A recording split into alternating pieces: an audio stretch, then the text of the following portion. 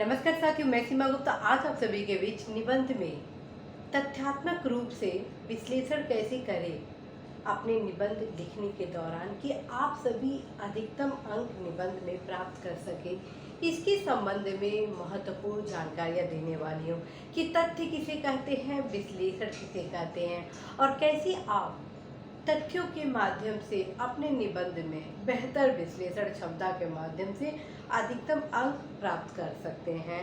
तो साथियों, सबसे पहले यह ध्यान दें कि जब भी आप निबंध लिखने बैठते हैं तो हमेशा आप सभी के ये दिमाग में होना चाहिए कि आप सभी के पास एक निश्चित शब्द सीमा है, अर्थात वर्ड लिमिटेशन है। विदाउट इसके यदि आप अपने निबंध को लिखते हैं तो जितनी भी निबंध के भाग होते हैं, प्रस्तावना, निबंध का मुख्य भाग, चुनौतियाँ, समाधान, भारत सरकार, राज्य सरकार की योजना, निष्कर्ष आदि संबंधित जो भी आपके ये भाग होते हैं वे कहीं ना कहीं असंतुलित हो जाते हैं।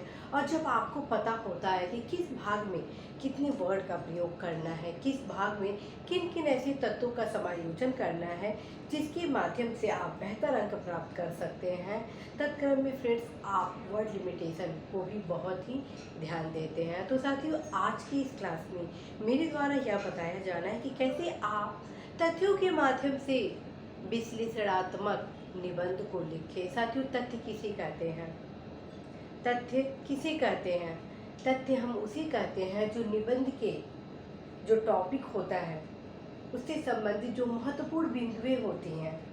जैसे मान लीजिए मेक इन इंडिया, तो मेक इन इंडिया की शुरुआत कब की गई, मेक इन इंडिया का उद्देश्य क्या है, मेक इन इंडिया के लिए क्या किया जा रहा है, अर्थात उसके क्रियान्वयन के लिए क्या किया जा रहा है और उसके समक्ष क्या क्या चुनौतियां हैं जिससे अभी भी मेक इन इंडिया योजना का पूर्ण क्रियान्वयन नहीं किया गया, और समाधान क्या है। तो जितने भी कारक होंगे, प्रत्येक बिंदुएं होंगी, वे आपके तथ्य होंगे। लेकिन जब आप उन सारे बिंदुओं को क्वामा के माध्यम से, थोड़े बहुत अपने विश्लेषण के माध्यम से उसको एक जगह संयोजित करते हैं तो वो आपका हो जाता है विश्लेषण।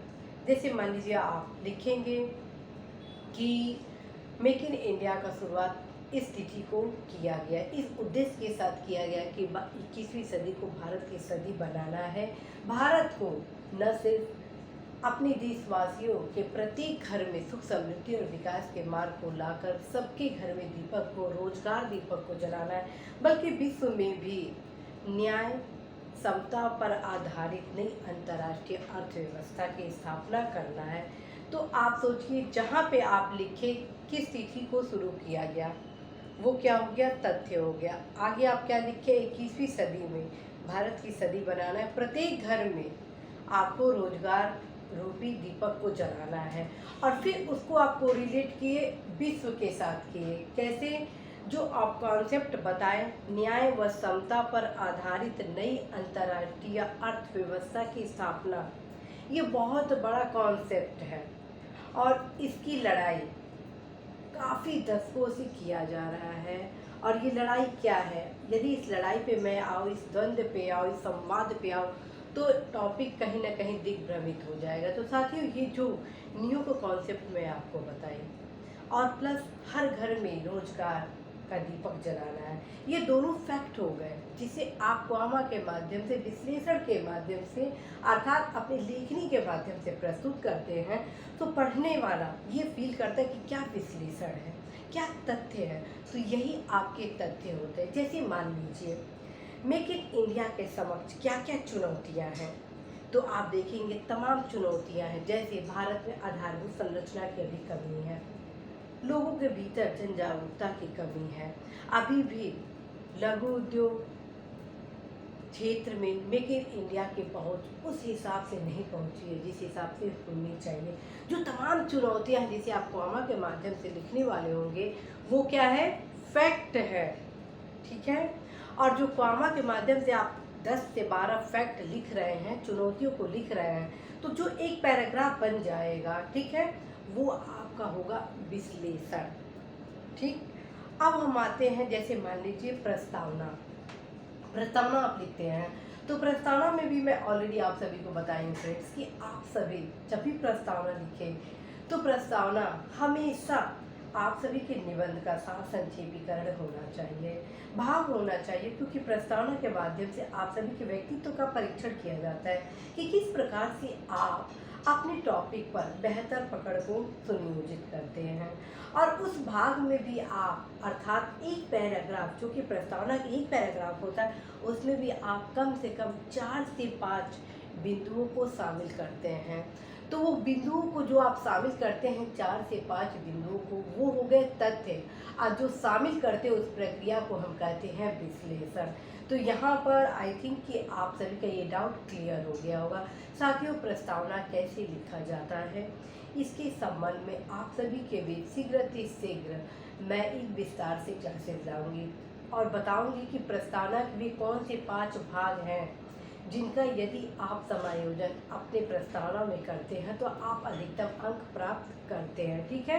और इसी क्रम में साथियों, आप सभी को अवगत कराना है कि मेरे द्वारा आप सभी के बीच निबंध के मुख्य भाग के संबंध में भी क्लासेस लिए जा रहे हैं, जिसमें प्रथम भाग के अंतर्गत आप सभी को बताया गया कि मुख्य भाग के 3 पार्ट होते हैं। प्रथम पार्ट के अंतर्गत आप हिस्टोरिकल पॉइंट को लिखते हैं, द्वितीय पार्ट के अंतर्गत आप निबंध के जो संबंधित तथ्य होते हैं उनको आप लिखते हैं, और तृतीय भाग में आप करेंट से रिलेटेड उस टॉपिक के जो तमाम बिंदु होते हैं उनको लिखते हैं। और द्वितीय क्लास में आप सभी को बताया गया कि मुख्य भाग से संबंधित आप सभी विषय सामग्री का चयन कहाँ से करेंगे, कहाँ से मुख्य भाग के विषयों को आप खोजेंगे, किस पुस्तकों का अध्ययन करेंगे, कैसे आप नेट से सर्च करेंगे, आदि तमाम प्रकार की विधियाँ आप सभी को बताई गई हैं। साथियों, इसी के क्रम में आप सभी के बीच आज बताया जा रहा है कि तथ्य किसे कहते हैं, विश्लेषण किसे कहते हैं। और आप सभी को फिर मैं यहाँ बताती हूँ, जो भी आप राज्य सरकार की योजनाएं लिखते हैं, जैसे कि मैं आप सभी को बता रही हूँ कि जब भी आप निबंध लिखा करें तो भारत सरकार, राज्य सरकार की योजनाओं को आप जरूर रूपांकित करेंगे। तत्क्रम में फ्रेंड्स, आप सभी में से हमारे बहुत सारे युवा निबंध लिखकर जब व्हाट्सएप ग्रुप पर उपलब्ध कराते हैं, उनके द्वारा उपलब्ध कराए गए निबंध को पढ़कर लगता है कि हाँ, आप सभी को समझ में आ रहा है कि निबंध कैसे लिखा जाए। और हर्ष के साथ आप सभी को अवगत करा रहे हैं कि लगातार आप सभी बेहतर निबंध लिखने की कला को डेवलप कर रहे हैं, क्योंकि ऐसे है क्या, ऐसे बस एक राइटिंग स्किल है। यदि आप सभी के पास फैक्ट है और राइटिंग स्किल है तो आपका जो निबंध होगा सबसे बेस्ट विश्लेषण से परिपूर्ण होगा, क्योंकि विश्लेषण क्षमता तभी आप डेवलप कर सकते हैं जब तक कि आप सभी के पास संबंधित टॉपिक का अच्छा खासा जानकारी न हो, फैक्ट न हो। तो अब मैं ये बताना चाहती हूँ, प्रथम भाग का मैं आप सभी को बता दी कि कैसे आप तथ्यात्मक रूप से विश्लेषण करेंगे। मुख्य भाग में मैं आप सभी को बताना चाहती हूँ कि जैसे as example make in India को ही देख लीजिए, क्योंकि यहाँ पे मैं मेक इन इंडिया के बारे में बता रही हूँ या किसी अन्य योजना के बारे में भी बता सकती हूँ, लेकिन यहाँ पे चूँकि मेक इन इंडिया के बारे में बताया जा रहा, तो आज इसी को मैं सभी के सामने प्रस्तुत करती हूँ। तो जैसे मान लीजिए, तथ्य के साथ विश्लेषण कैसे करेंगे मेक इन इंडिया में, ध्यान दें। जैसे मान लीजिए कोई भी योजना से रिलेटेड, ध्यान रखिए ये न सिर्फ मेक इन इंडिया के लिए बहुत ही लाभकारी है, बल्कि कोई भी आप योजना से संबंधित निबंध को लिखते हैं तो कैसे निबंध के मुख्य भाग के प्रथम भाग अर्थात हिस्टोरिकल पॉइंट को आप उठाएंगे। आप लिखेंगे, हर्ष की बात है कि मेक इन इंडिया की जो झलक प्राचीन काल में ही देखी गई, जब भारत की अर्थव्यवस्था भारत के संतुलन की ओर थी और भारत के प्रत्येक वस्तुओं को का पहचान एक विश्व पहचान के रूप में था।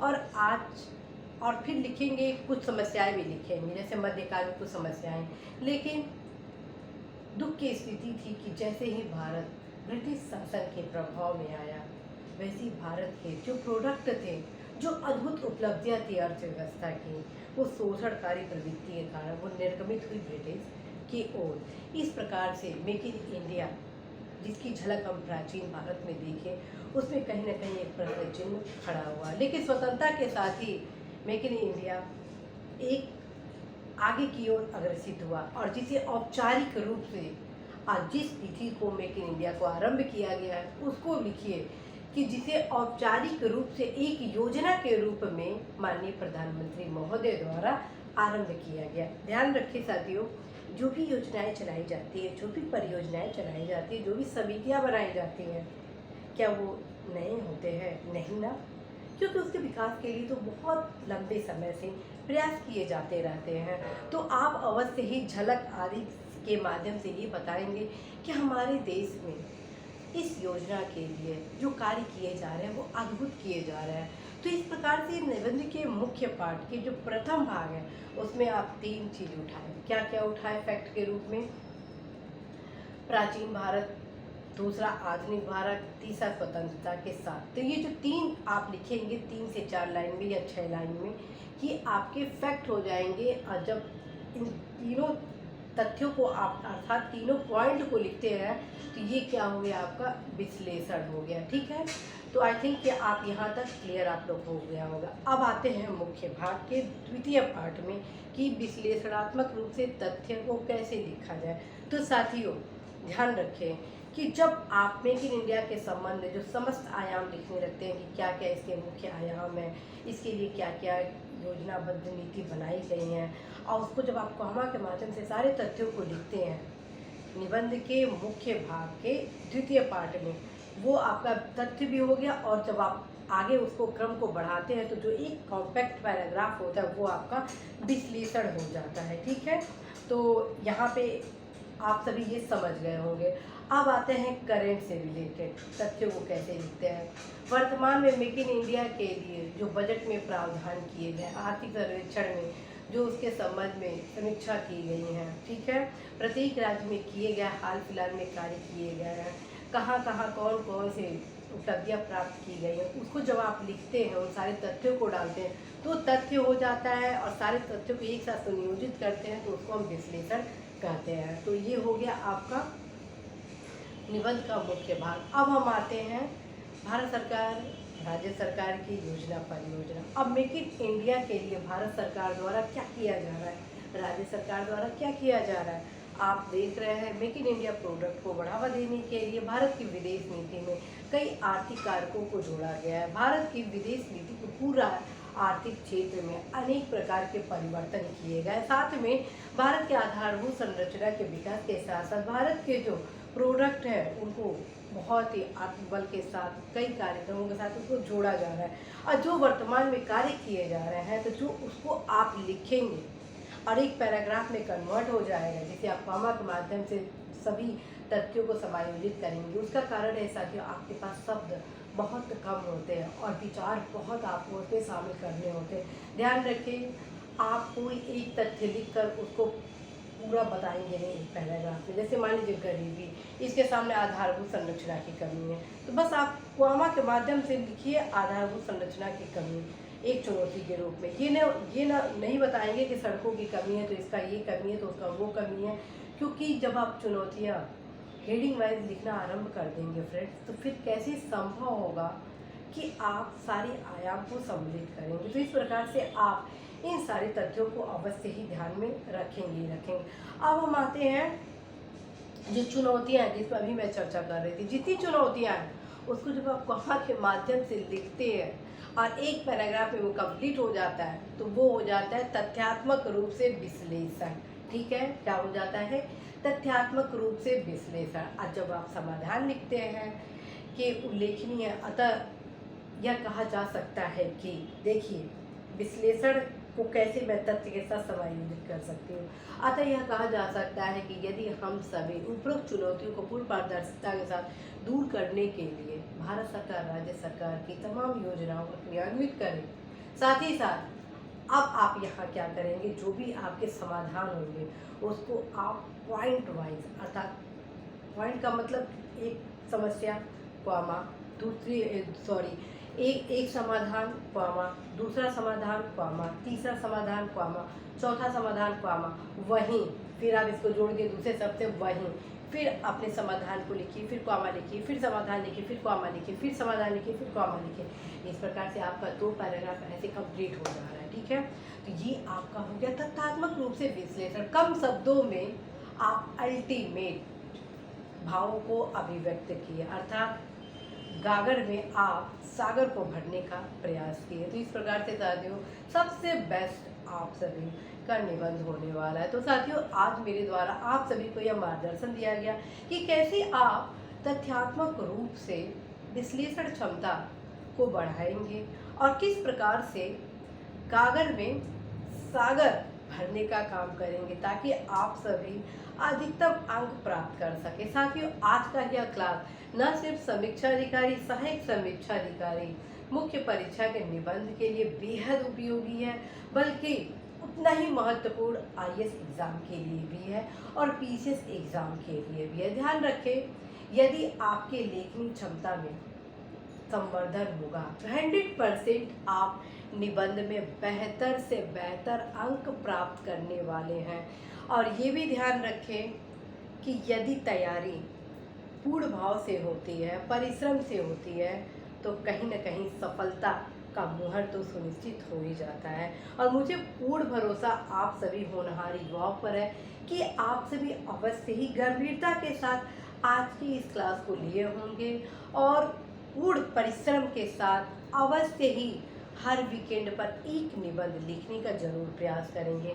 और मेरे द्वारा जो 21 टॉपिक आप सभी के बीच लाए गए हैं, प्रयास करें सबसे पहले उन सारे 21 टॉपिक से संबंधित आप टॉपिक तैयार करें, नोट्स बना दें, ताकि जब आप लिखने बैठें तो विश्लेषण, तथ्य सब कुछ आपका तैयार हो। जब आप नोट्स बना लेंगे फ्रेंड्स, तो आप सभी के पास पर्याप्त फैक्ट होंगे और जब आप लिखने बैठेंगे तो आप सभी फील करेंगे कि उन तथ्यों के माध्यम से आप अपने निबंध में एक गुणात्मक विश्लेषण की क्षमता को भी डेवलप कर चुके हैं। साथियों आज का यह क्लास बेहद खास क्लास इसलिए भी है साथियों, क्योंकि जो समस्या मैं फील अपनी तैयारी के दौरान की थी, उन सारी समस्याओं को दूर करने के क्रम में आप सभी के बीच ला रही हूँ, ताकि आप सभी उन समस्याओं को न फील करें और आप सभी अवश्य ही अधिकतम अंक निबंध में जरूर पाए। साथियों मैं परिश्रम की, इसलिए मैं अधिकतम अंक निबंध में पाई,